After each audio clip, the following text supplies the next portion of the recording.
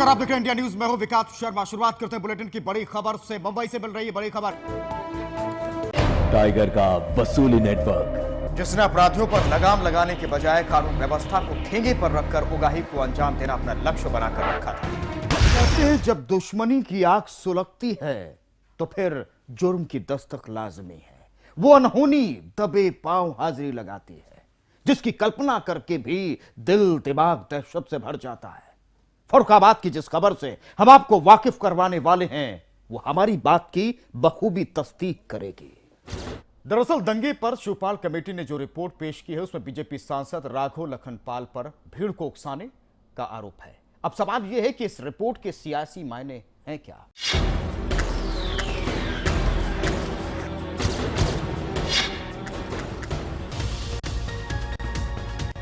कांग्रेस नेता मनीष तिवारी का बड़ा बयान। साल 2012 में मनमोहन सरकार के तख्ता पलट की रची गई थी साजिश। सेना के दिल्ली कूच की खबर को बताया सही। वीके सिंह बोले मनीष तिवारी को कोई काम नहीं।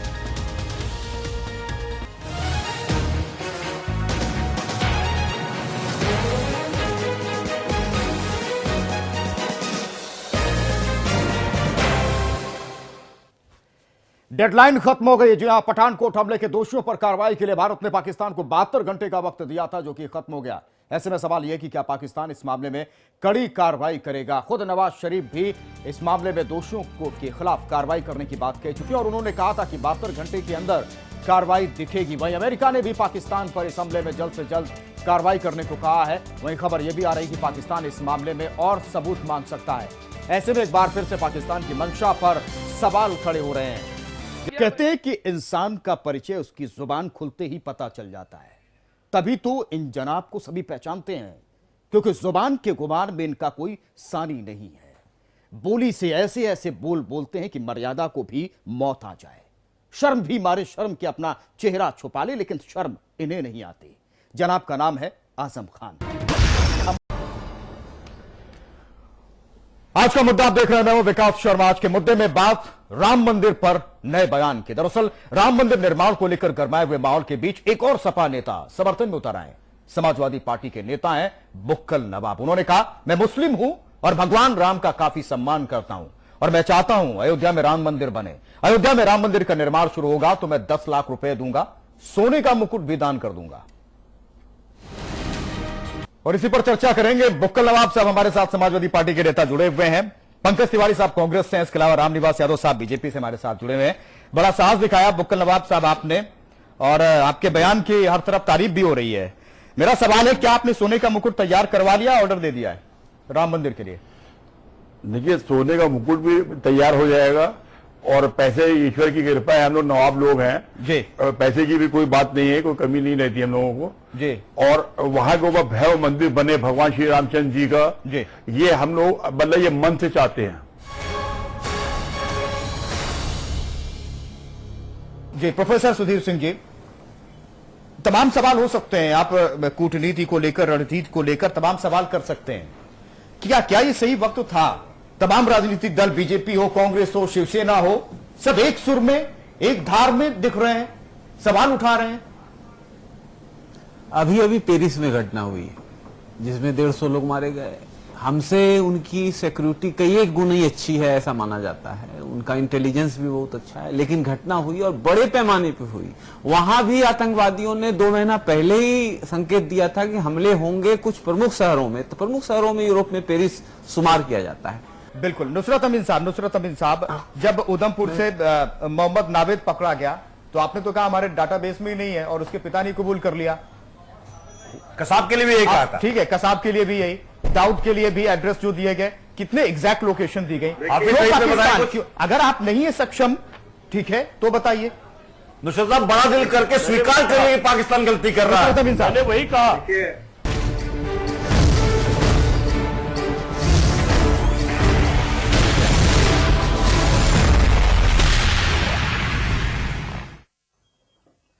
ऑपरेशन आतंक पथ, यह ऑपरेशन है उस रास्ते का जो आतंकियों के लिए खुला है। न्योता है दहशत के सौदागरों के लिए, खुला आमंत्रण है आतंक के आकाओं के लिए। क्योंकि हम जिस रास्ते पर आपको लेकर जा रहे हैं वहां ना कोई हाफिज सईद को रोकने वाला है, वहां न बगदादी के लिए कोई बैरियर है और न रास्ते में अल जवाहिरी के लिए कोई रेड सिग्नल है, न आतंकियों की फौज के लिए कोई ब्रेकर। यह तस्वीर है सूबा उत्तर प्रदेश की और राजधानी दिल्ली की, जहां खुफिया एजेंसियों ने अलर्ट जारी किया हुआ है। उसके बाद भी समाचार प्लस की पड़ताल में जो तस्वीर सामने आई वो वाकई में डराने वाली है। आज जो आप देखेंगे, हमारा दावा है कि उसे देखकर आप सिर्फ हैरान नहीं होंगे, दंग रह जाएंगे। पुलिस खामोश है, प्रशासन गूंगा बहरा हो गया। पीलीभीत से जो खबर सामने आई है वो पुलिस की लापरवाही के कैसा शर्मनाक उदाहरण है। एक साथ सैकड़ों सवाल खड़े होते हैं। एक महिला के साथ जो कुछ भी हुआ उसका जवाब किसी के पास नहीं। आप देखिए रिपोर्ट।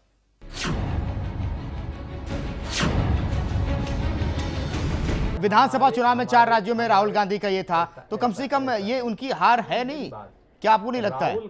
संभल और रामपुर, जहां पर आजम खान की प्रतिष्ठा दांव पर लगी है और बहुत कुछ दांव पर है, क्योंकि ये छटपटाहट हमने हाल के भाषणों में भी देखी समाजवादी पार्टी के कई नेताओं में। वहां पर क्या लग रहा है, कितनी टक्कर? आजम की प्रतिष्ठा पर क्या सवाल है? देखिए सिद्धार्थ कलहन साहब, ये जो 11 सीटें हैं और अभी तक का जो मतदान प्रतिशत है वो 30%, यानी कि जो पहले चरण का मतदान हुआ था उत्तर प्रदेश में, पश्चिमी उत्तर प्रदेश की, और इसमें भी रुहेलखंड और पश्चिमी उत्तर प्रदेश की सीटें हैं, कितना असर दिख रहा है मतदाताओं में, रुझान, और ये किस तरह का संदेश दे रहा है अभी तक का?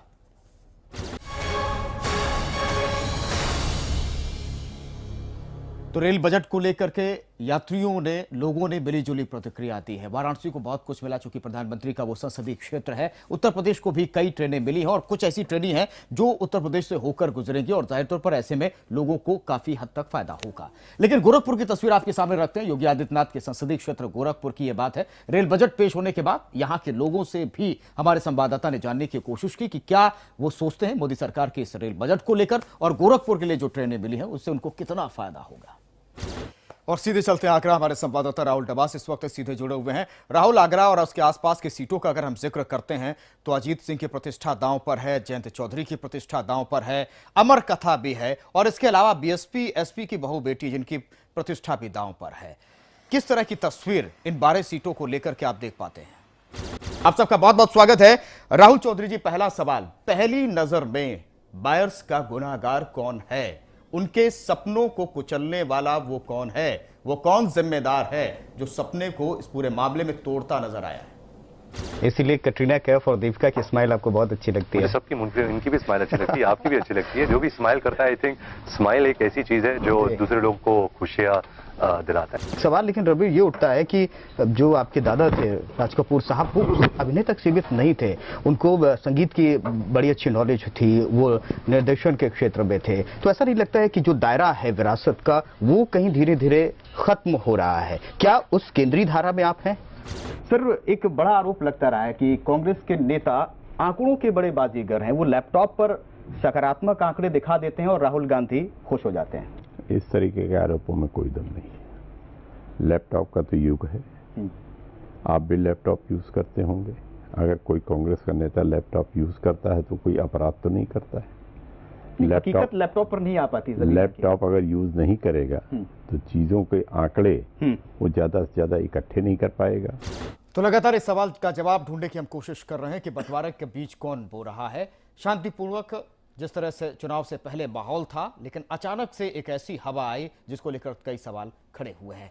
आचार्य धर्मेंद्र जी, जो सवाल अभी बना हुआ है कि दरअसल जब बंटवारे की बात आती है, आरोप लगते हैं कि राजनीतिक पार्टियां कर रही हैं, लेकिन क्या इस राजनीति में धर्माचार्यों को पढ़ना चाहिए या किसी को पढ़ना चाहिए?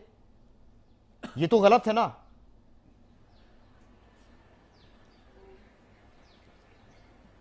बार बार आप घूम फिर करके वहीं उसी मुद्दे पर आते हैं।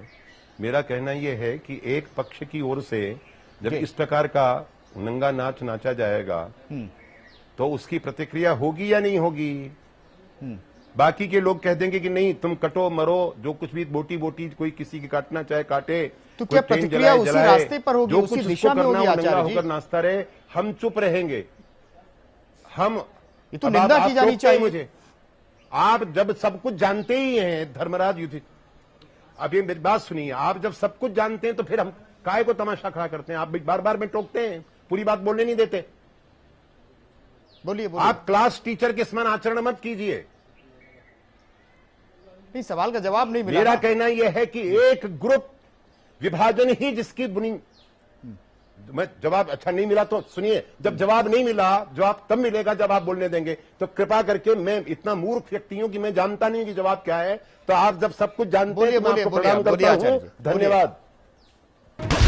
अब तक की मेरी दास्तां आपने सुनी, आपको बताया मैंने कि वर्दी में वहशियों ने क्या सुलूक किया मेरे साथ, लेकिन हैवानियत की यह दास्तां यहीं खत्म नहीं होती।